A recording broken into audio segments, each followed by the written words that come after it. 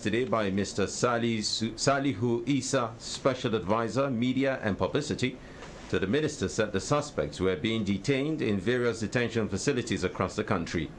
While there are 1,670 detainees held at a detention facility in Kaenji, another 651 detainees are in detention in Maiduguri, the Borno State capital. Isa also said that 220 detainees have been recommended for release and will participate in the de-radicalization program for want of evidence. In order to fast-track the prosecution of the cases, he said the Justice Minister had approved a list of prosecutors to handle the cases, adding that the Legal Aid Council had equally agreed to provide counsel to represent accused persons that cannot afford lawyers. He said 4 judges had been designated by the Chief Judge of the Federal High Court to hear the cases at Kaenji and dispose of them expeditiously. According to him, 13 cases had been concluded, while 9 convictions secured. 33 cases were on trial at various Federal High Court divisions. Another 116 cases have been filed, but the suspects were yet to be arraigned. He also said that the trial of those detained in Kaenji would start first to be followed by those detained in Maiduguri. However, not all the 1,670 detainees in Kaenji would face prosecution. They will either be recommended for trial or for the de-radicalization program. Barrister Idris, this is your area, and it seems like we're just so lucky to have you on the show. What is your assessment of the situation so far? Thank you, Mr. Peter. I think it's high time we started doing what is right. Having kept them in prison for quite some time, it is incumbent on the government to start the prosecution process. And like the Honorable Minister said, those who are not found wanting will be released, and the process of de-radicalization will start. Again, I think the government is doing its best to ensure that things like this do not happen again. But first and foremost, we need to ask ourselves, how did we get to this stage? Why did we wait for people to be radicalized and even take arms against the government? A whole lot of issues are there to discuss when it comes to issue of this nature. It is very apt that the government has set up a court to try them, and I think it's within the powers of the Chief Judge of the Federal High Court to do this, and also the Minister to provide lawyers that will prosecute. And Legal Aid Council is mandatory on the Legal Aid Council to provide lawyers for indigent persons who do not have legal representation. However, if some of these suspected Boko Haram decide to provide their own lawyers, it's within their constitutional right to do so. So in all of this, I think it's a good way to start. But again, we need to understand what are the causes of this Boko Haram or this insurgency or radicalization. For me, it's a whole lot of area that even when we want to x-ray it, an hour would not be enough for us to discuss it. But suffice it to say that some of the reasons or what we think are the reasons for people getting radicalized are: 1, getting the wrong information. That's the wrong knowledge. Some person will tell you, I have the right to kill and the religious books permit me, but in every situation, I want to use this maybe an Arabic word. There's something in Arabic they call asbab an-nuzul, reason for revelation. Every verse that was released has a reason for revealing it. So you must understand what the reasons are, and not just understanding it, the environment where you live. You must understand the concept before you apply some of these verses. But this is where we get the whole notion wrong about interpretation. That is one aspect. Then some people will tell you poverty is one of the reasons why people radicalize and all of that. Again, broken homes. For instance, somebody having more than 10, 11 children you can't take care of and all of that. These are some of the vices, some of the problems. I want to take us back a bit, Mr. Peter. Begging is forbidden completely in Islam, but people don't know. How did we come about this institution of begging? Because for me, it has been institutionalized in our culture today that people go about begging. When the colonial masters came into the country, they already met established, administration of justice, so to say, in the north. And they now introduce the tax system. And some of these malams who were putting through their people in how to read the Quran and all of that were not earning any money. And for them to be able to pay tax, what they did was to send their wards to go and beg. And the proceeds they make from this begging was now used to pay tax. And that was how all these things started. But we need to understand all of these concepts if we want to address the problem of radicalization and how we can go about de-radicalizing some of these inmates. What exactly? Okay, Olive wants to react.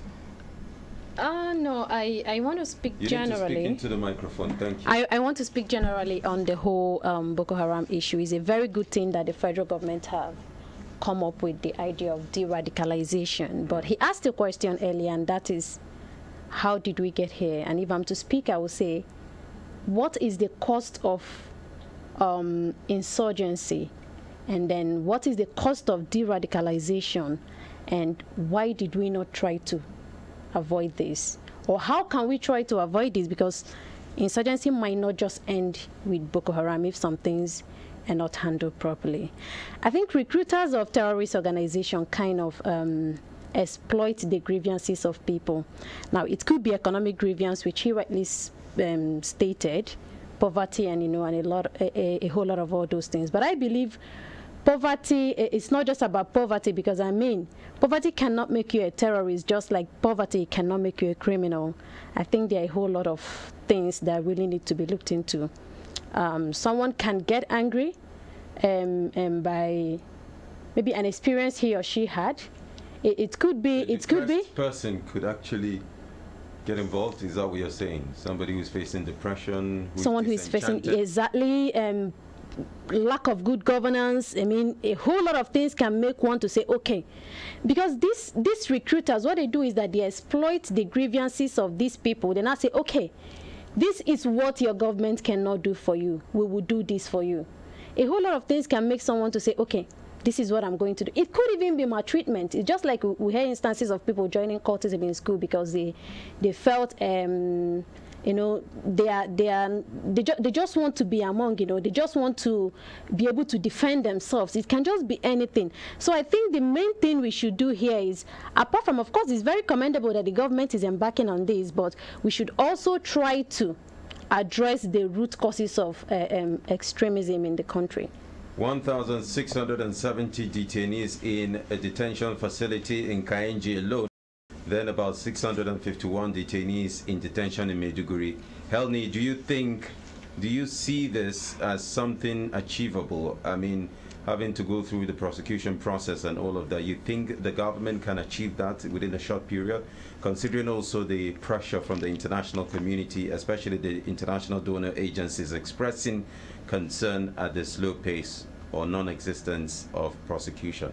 Yes, I think the government can actually, yes, what the government are doing is really commendable, and I think they can achieve something by that. And for the cause, let me just go back to the cause of insurgency. I feel not just unemployment, as they have said. I feel some people have fear. Mm-hmm. Some people are being threatened. So they use that against them to join in the insurgency. They use that in making them, cajoling them into doing that. Yeah. And fear, it's a really big thing. Because if you come to me and you threaten me, you show me that if you don't do this, I'm going to finish your entire family. That's really a big thing. Because of that fear alone, I would want to join the movement. So fear is really a factor. And that's it's really one of the factors. A very strong point, because we've seen cases where families are being wiped out. Peter, I think, she's very correct. Yes. Because some of these young ones, you see them using to detonate a bomb and all of that, commit suicide. Some of the persons, they say, if you don't do it, we take the whole of your family off. And because of that fear, a lot of them will go into it. But there is need for us to do a lot of work. One of the best way to addressing this, to nip it from the very beginning, is there is need for us to start developing our counter narratives. What am I saying? Some of our leaders, or religious leaders, so to say, who have knowledge about what all of these Quranic verses are saying and all of that, who have knowledge of why certain verses were revealed and all of that, which they are capitalized on. We need to start doing our counter narratives, educate people and tell them this interpretation they are giving is wrong, this is the right interpretation. And with that, we can start talking about eradicating that. And again, the concept of having large numbers of family and all of that, I think it plays a big role. Most of the talk I'm talking, first and foremost, I'm a Muslim, and I can tell you for a fact that even in our religious books, you are allowed to, a woman is allowed to breastfeed a child for 3 years. And if you look at that gap, is a kind of, whether we like it or not, family planning. So we need to look at the concept completely and address our minds towards some of this. The counter narratives, we need to do a lot. But coming back, what about the issue of the cases on ground? Yes, that's why I say coming back to the cases we have on ground. The Office of the National Security Advisor has provided the platform that those who are not found wanting will be put through, the process of being de-radicalized. I think it's a very good one. And here again, there is need for other government agencies who have a role, or even NGOs that have the capacity to come in and assist, because this is a national problem and we need to address it. If you look at the number of people we have in our IDP camps, it's alarming. So we need to deal with this issue with every seriousness. Okay. Olive? I think they've really touched on the very causes of this, but I think we are leaving out something, and that is anger. Anger first, and then a feeling of insecurity. Now, if, like they said, a family gets wiped out, the remaining member of that family might decide to say, okay, now this is what happened to my family. I'm going to join a bigger or a higher, maybe let's say it's a gang, a local gang that wiped out the family. That person can say, I'm going to join a higher gang that will also, unleash terror on the people, since I don't feel secured. So anger can actually play a part, and then, that feeling of insecurity, this has been going on. A lot of people have been killed in my family, and I'm not even given adequate security. And if I don't kill them, they are going to kill me. So I need to do something. I think we need to understand this situation. Like in Maiduguri, for instance, we have the civilian JTF. This civilian JTF were persons who have lost their loved ones or something like that, and they now volunteered and say, let us assist the government to take this fight, which is a good thing, which is a very commendable, very good thing. So if we are looking at it from that angle, I think it's very good for us to understand what the problems are and how to deal with them. How to deal with exactly. That is why I mentioned that. And I am very happy that the Honorable Minister has even given a list and say they have a list of lawyers that will prosecute. And again, to make it even more interesting, the legal council that was set up by the federal government to assist the indigent person, they also, made a bold to say we have lawyers that will assist in, defending this suspected Boko Haram. So I think the next thing is for us to watch and see by 9th of October, we'll see how. Yeah, but in all this, it will also help, to ensure adequate security in localities where we know that this is where the places that this terrorist organization recruit people. When you ensure adequate security in all those places, I'm not sure some of the people that they get to win by trying to give them the hope that they are going to provide security for them and they are going to help to unleash terror on whoever has caused them pain, and all that. I'm not sure all these things will continue if there is adequate security in all this, because what we are looking at is not just about this case now, but how we can checkmate the activity of the recruiters of this terrorist organization and all that. Well, let's look at, okay, go ahead, Helny. Yes, I just want to ask her. Speak to the mic, please. Okay.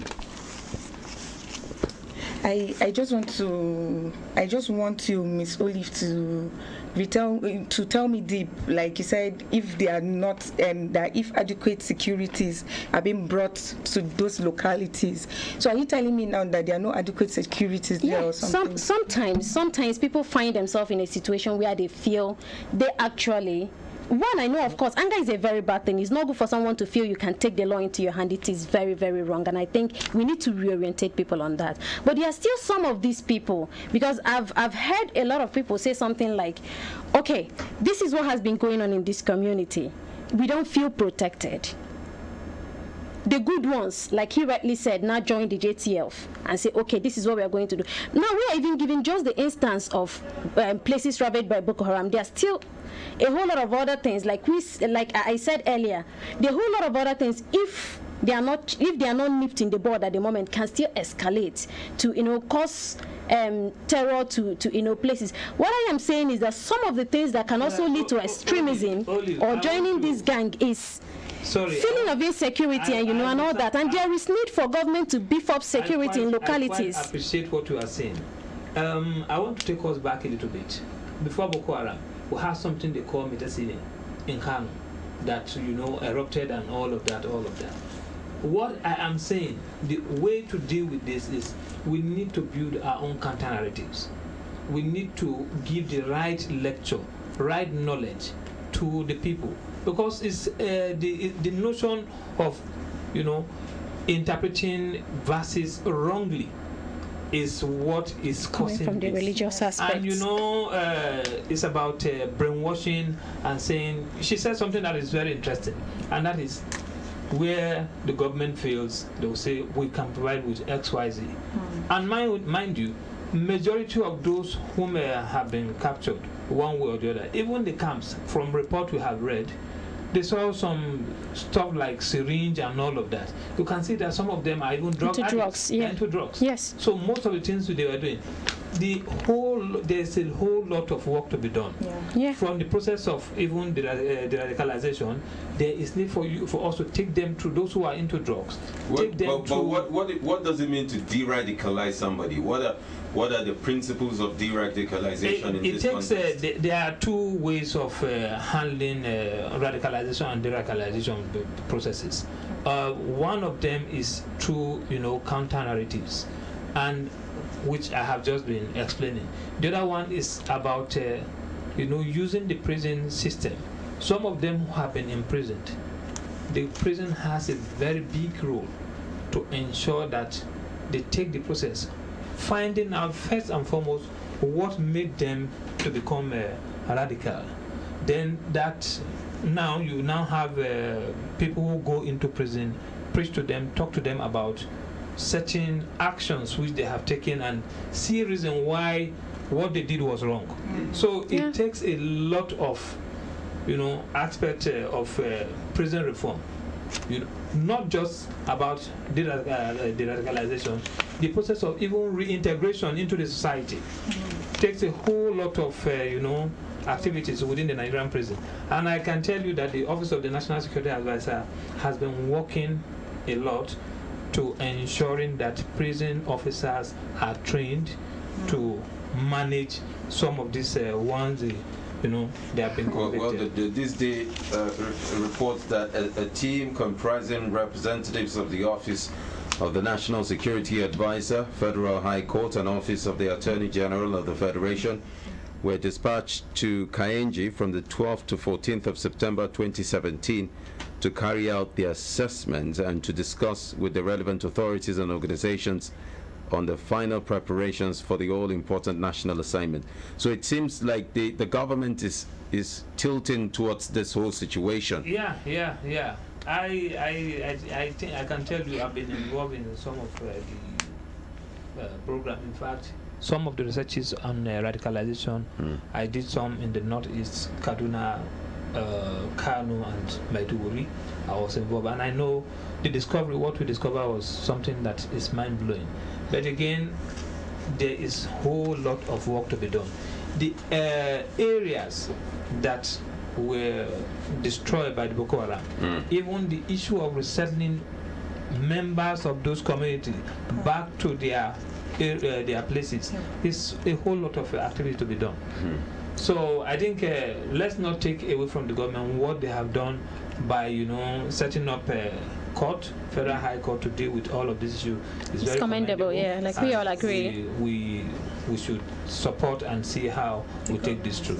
Okay, so we'll take a very quick break on X-Ray. It's Human Rights Radio 101.1 FM. When we return, we'll take another dimension and open on the phone lines for you to make your contributions. Stay with us. At Human Rights Radio, we pride ourselves in being sensitive to all your business needs. That is why we go further to bring you, our clients, closer to us. Human Rights Radio is proud to announce that our advert cards are ready for both wholesale and retail marketers. As an added bonus, we are offering a 20% discount to all wholesale buyers of our advert cards. Hurry now to Human Rights Radio, located at plot 1184, Kaura District, besides Games Village, FCT Abuja, and take advantage of this unique business opportunity. Human Rights Radio, redefining broadcasting.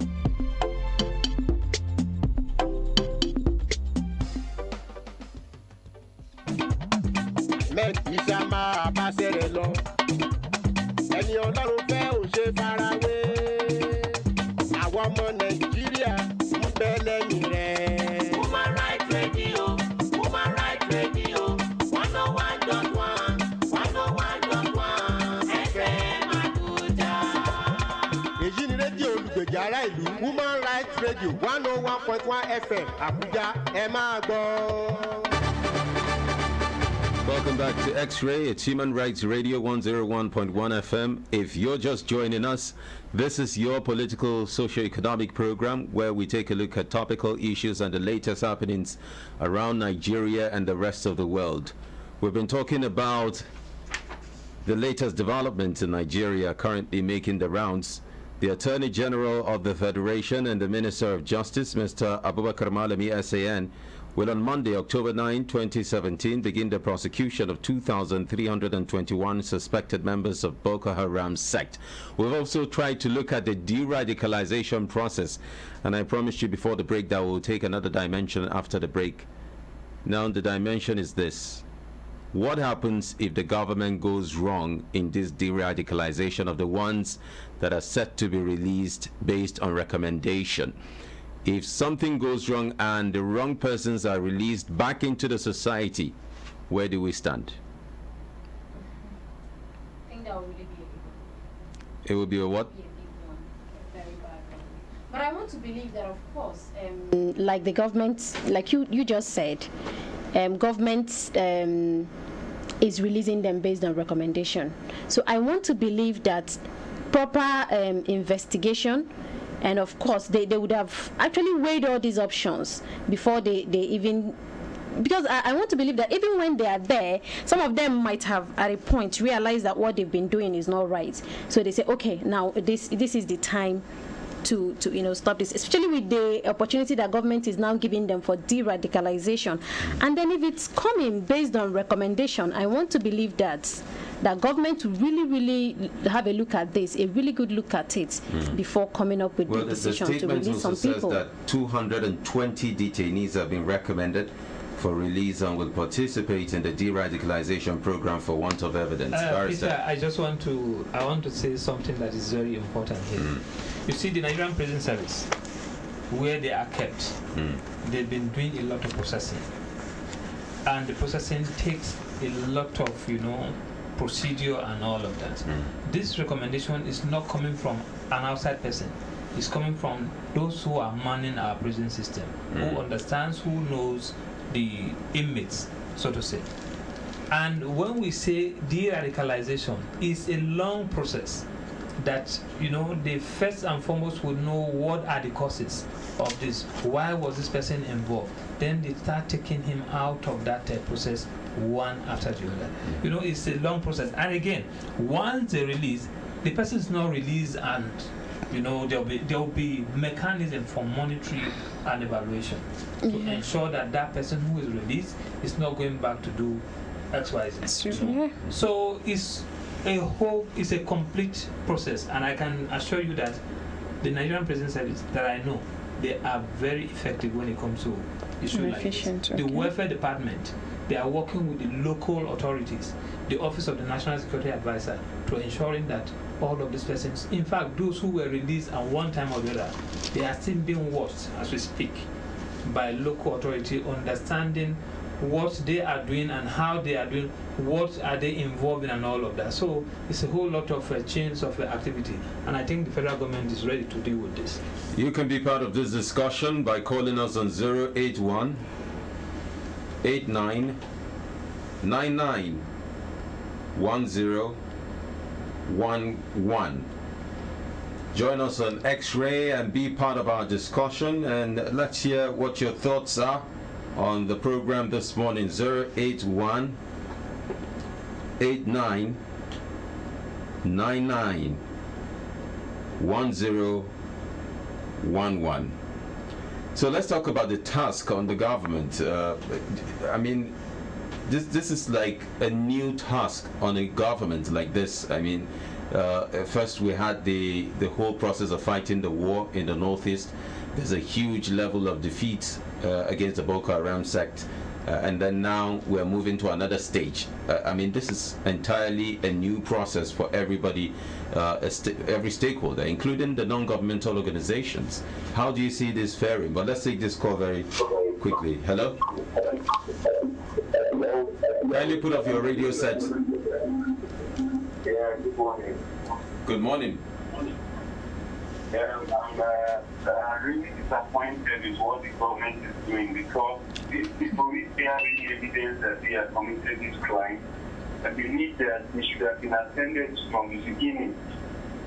Because it's not because the government is so money to feed them, to radicalize them, it's another people feed them.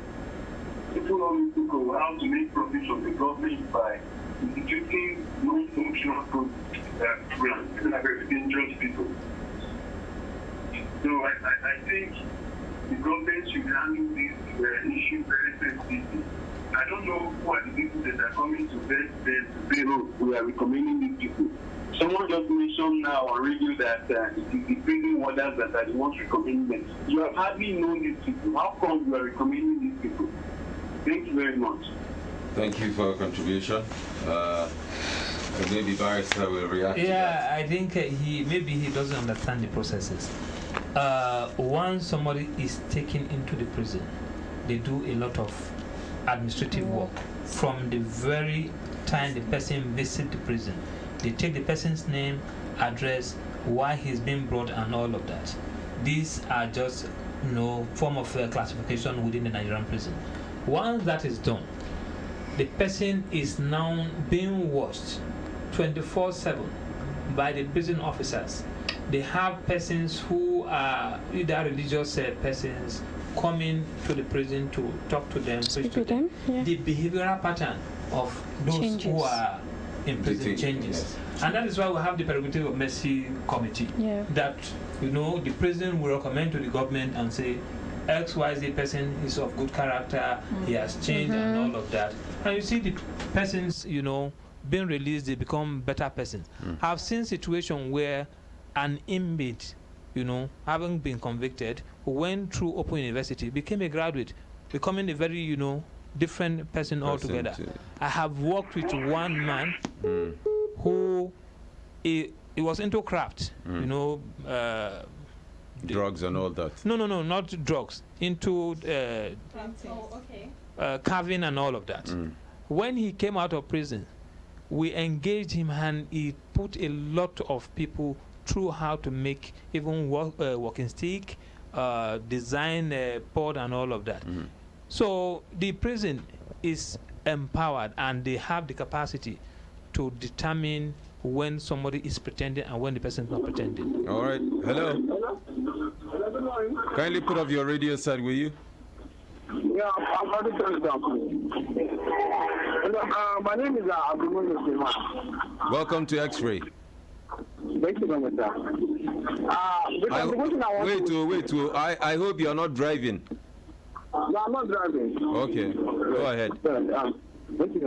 My contribution is that like in Saudi Arabia, if you are a teacher, Arabic teacher, before you can teach, you have to be satisfied. The certificate has to be given to you. So the National Islamic Supreme Council of Nigeria has to do that too to avoid the radicalization of the students. Like you cannot go to the street and start preaching. You cannot preach on the street like church in North, like on Friday in the mosque.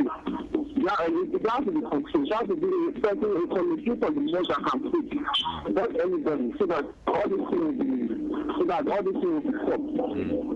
And the Islamic Supreme Council has to go around and make the Islamic students better respect around. So that the Islamic has to be satisfied. They have to be part of it. And once in a while they can meet and talk, and they know so that they can have they can move around alongside with the curriculum of the hadith of the Quran of the Trinity or whatever that they are going to now.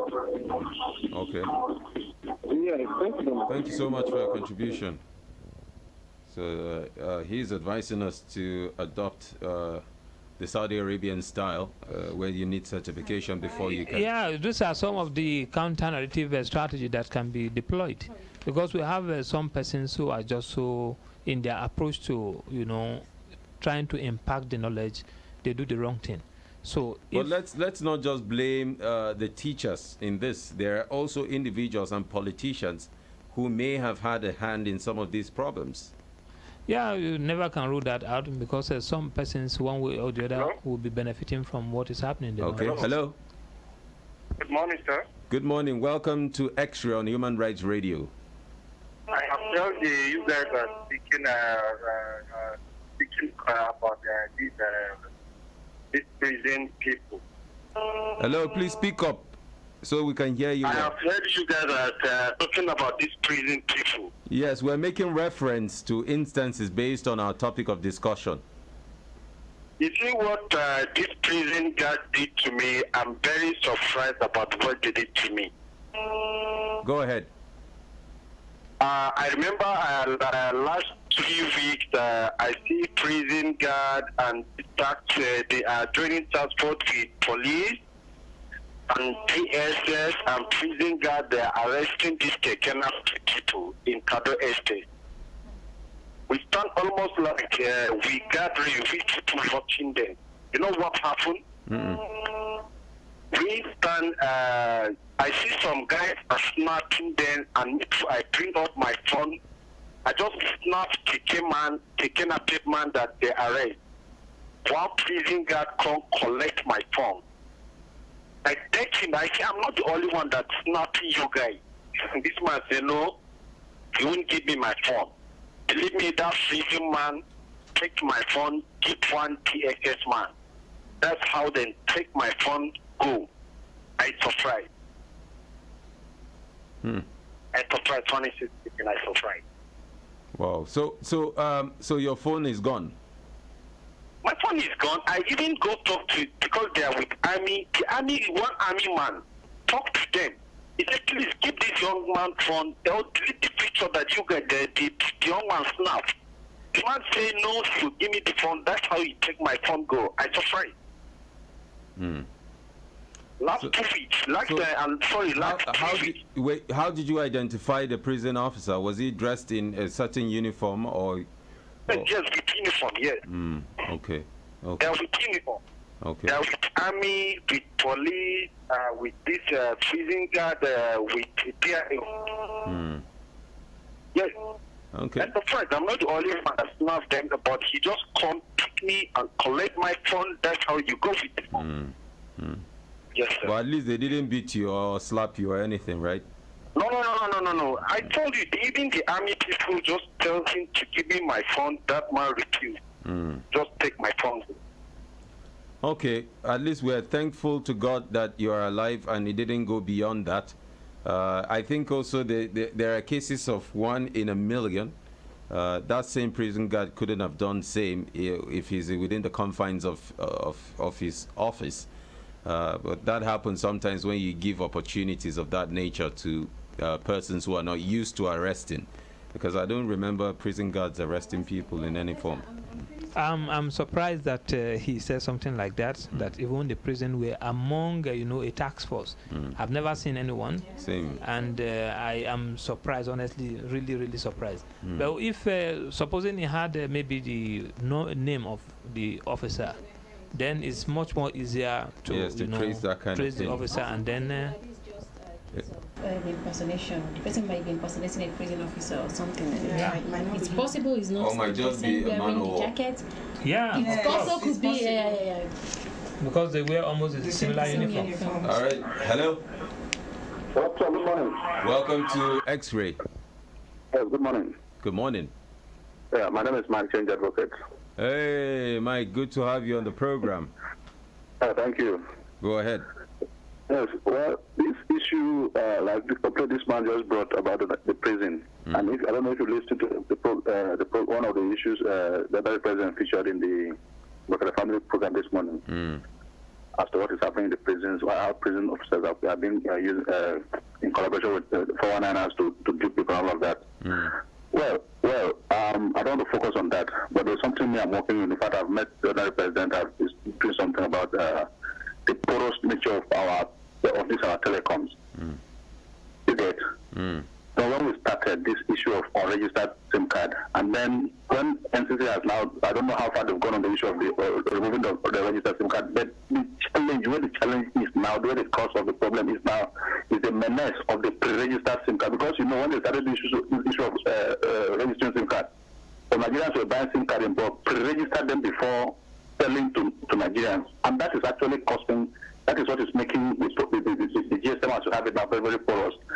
And particularly the prison, there's something I read in the news, I think it was around March or April this year, about somebody in prison who specializes in snatching car from car dealers.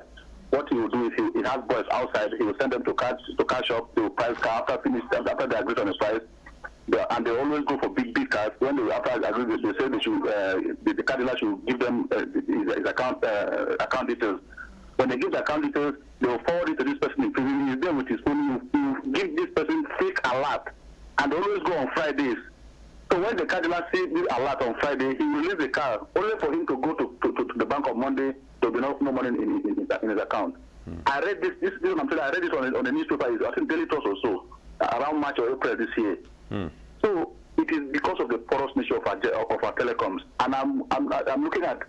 Like I said, there was this time the essay to the president, Mr. Reintegrating, was on live on radio on your station, and I called him and I said, I have an angle to that challenge. Although he actually asked me to come and see the other president for us to discuss. I have come to discuss this. This guy should bring a proposal. I'm working on the proposal. The area why I'm delaying is there's an angle the other president says brought to my notice that I've not worked before. That is where I'm working, and I've actually concluded I'm going to bring the proposal to him in no distant time. All right. Like I said, the cause of this problem is this pre-registered SIM card. That is where the problem is. Okay. Thank you. So we don't digress. We're still talking about The Attorney General of the Federation and Minister of Justice, Mr. Abubakar Malami, who will on Monday, October 9, 2017, begin the prosecution of 2,321 suspected members of Boko Haram. Please, all matters outside this will not be accepted on the program. We're trying to channel our discussions to the topic of discussion and avoid any kind of digression. Let's go back to the phone line. Hello. Good morning. Good morning. Yeah, my name is Abubakar. Thank you for joining us on X-Ray. Thank you. My little contribution is concerning the narrative, the second narrative, one of your guests talked about. And I want to align myself with one of the callers that talked about adopting the Saudi formula where preachers are accredited. But you know, here in Nigeria, though, someone in the person of Rufai attempted such in Kaduna, whereby he wanted to accredit preachers, but the public came out to condemn it, and up to now nothing has been heard of it. So I think we need to be very, very sincere with ourselves. What actually we want? It's the only way we can get about this second narrative we are talking about. It is when we allow our podiums to be occupied by anybody, everybody, then you expect people to bring in a lot of all this radicalization and hate preaching. But when these preachers are accredited, whereby everybody is kind of goes through a screening process, both the Islamic and the Christian preachers, before they are able to go to the public to preach, I think it will go a long way in tackling some of this problem. Okay, thank you. Thank you so much for your contribution to reiterating one of the callers and what he thinks about the situation on ground. But Barrister, let's also take a look at the responsibility to such persons. If the government is able to let go of 220 detainees eventually in a situation where, let's imagine, 220 are able to go, let my people go. They are not going. No, I'm just saying if eventually, as recommended, they are de-radicalized through the program and allowed to go scot-free, what plans do you think the government will have? No, like I said, the process of de-radicalization is a long one. When the government says we are releasing those that we think they are not, they are not found wanting, it's not as if the government will just release them out. Oh, so they will not put them on the street like that? No, okay. No, please. It's a process, and I said it earlier that even the village heads, the head of the family, or even some key persons will be involved to monitor the activities of the person, to know what the person is doing and all of that. So it's a long chain of process, when it comes to releasing them. The welfare department of the Nigerian prison is saddled with the responsibility of doing all of this. And we have NGOs who are also working with the Nigerian prison service to ensure that those who are released are monitored, and where we find that they are doing things that are inimical to society, they are brought back and then being put to trial. Okay. Yeah. You want to add something to that, Olive? Yeah, he's really made the point. I think there's nothing more to add. I think there's nothing more to add on this very. All right, so let's go to the phone lines. Hello. Hello, good morning. Thank you for joining us on the program X-Ray. Please put off your radio set. We're having feedback. Okay, so that's what I want to do. Yes, we can hear you. So, I have some few questions before my own contribution. Okay. The first question is, the ones that say they want to be radicalized, during the course of their stay, do they leave? Do they teach? And if eventually they are radicalized and leave into the society, what happens to the people they were killed. And secondly, I overheard one of your colleagues during a conversation that says some of them went into it because of issue of poverty and other things like that. If I think poverty is a reason why one should go into terrorist acts. Okay. Are they the only ones who are poor? There are many poor Nigerians who, despite their poverty and all of the things they are going through, they never mind involving themselves in things of such time. And these people have killed more than enough. And if you ask my opinion, I will say whoever has killed should be killed. Because if you have not been a victim of Boko Haram, that is only when you, in fact, you support of things of this mission. People that have been victim or victimized will tell you that if they have the opportunity, they will tell you they should be killed. They should be hanged. Not even the only issue of human rights is, so, in fact, is contributing to a lot of things that is making us to. And at the same time, when you, because United Nations or other organizations like that agitating for human rights and you refuse to do what is expected of you as a nation, you know, automatically you are putting the lives of the people in risk. Okay. So, like we talk of the religion we practice, both the Islamic religion and the Christianity, in Christendom, like I was made to understand, if you are killed, you should be killed. That is it. And the issue of begging as part of your conversation, like you said, I had you say it, like you said, that the religion doesn't permit anybody to beg. Yes, it is true. Those people doing it, they are doing it at their own discretion. Okay. So you talk to the barrister, and at the same time, if you enlighten Nigerians, even our leaders, and you know there is a political, what do you call, the politics behind some of these things that are happening. I beg your pardon. All right. That is my thing. Okay, so let's hear from Barrister. Yeah, I want to thank him for raising such questions. You know, when it comes to issue of trial will proceed wherever the person is found guilty. The appropriate punishment will be meted out to the person in line with the law. Those persons that the government says they want to release, the investigation so far on them, to my understanding, is that they've not committed any crime. But for the fact that they were part of Boko Haram sect, they need to go a process to, you know, the brainwashing and all of that which happened to them. They need to, you know, take them out of that state where they are now to becoming better person. It's a whole chain of procedure, and I think it's the right thing to do. In law, it is better to free 100 persons than to convict one innocent person.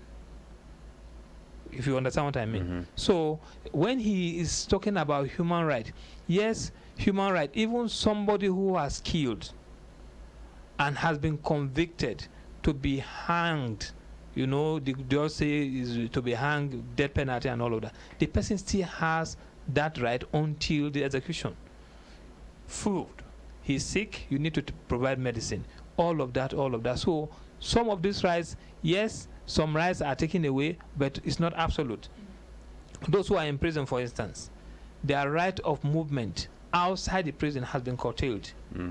So you can't say because their right they have to medical facility remains. Their right to food, education, food, and all of that. I just made mention of somebody who did his work in Kaduna prison through this the Kaduna Open Prison, went through school there and did his work, applied to Open University, became a graduate.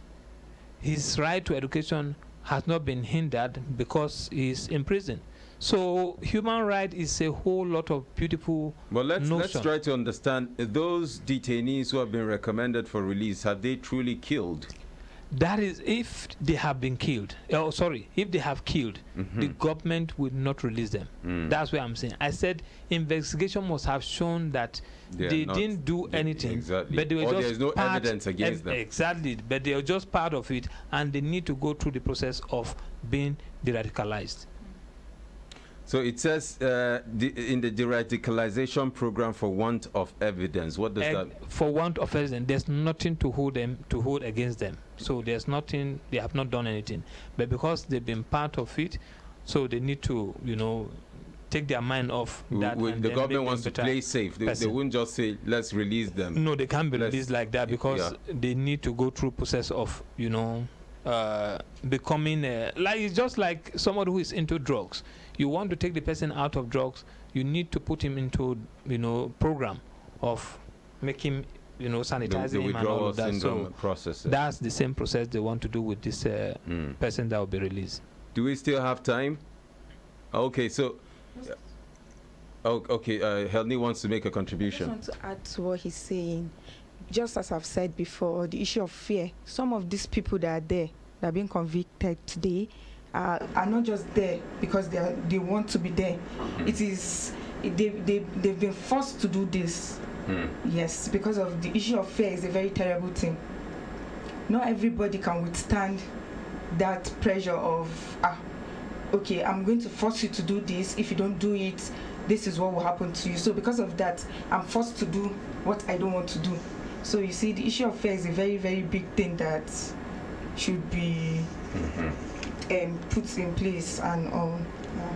Okay, so final comments from Olive. Thank you very much, Mr. Peter. I think my final comment would just be a summary of what I've been saying. To combat terrorism in Nigeria in particular, the focus should not just be on the terrorists today, but the terrorists in the waiting and the terrorists at large.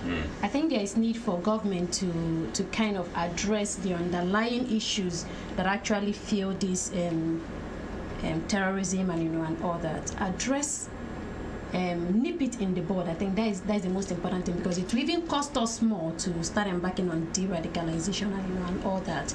After losing lives and all that, I think the government should address the root causes of terrorism. Thank you very much. Final comments, Barrister Idris. My comment has to do with what the last caller said about regulating preaching and all of that, which the Kaduna State government wanted to do, and people rejected it. I think the most important thing we need to do is to communicate with the public, telling them what we are doing and why we are doing it. And once that is done, I think it will be accepted. And as for what the government is doing, kudos to them. I think it's high time we started, this process of trying those who are against or in conflict with the law. Helni, final comments? I think the issue of this insurgency and all of that, the government are really doing something very good about it, and the people that are being convicted, and I'm sure if they go through trial and all, because just as he has said, they are not just there because they are there. They've gone through a process, and they've gone through so many investigations and all of that. So if they go out of their peradventure, I'm sure the government is not just leaving them just like that, not just going away like that, and they are going to really do something about it. And also, well, you sound so sure. I wouldn't sound so sure.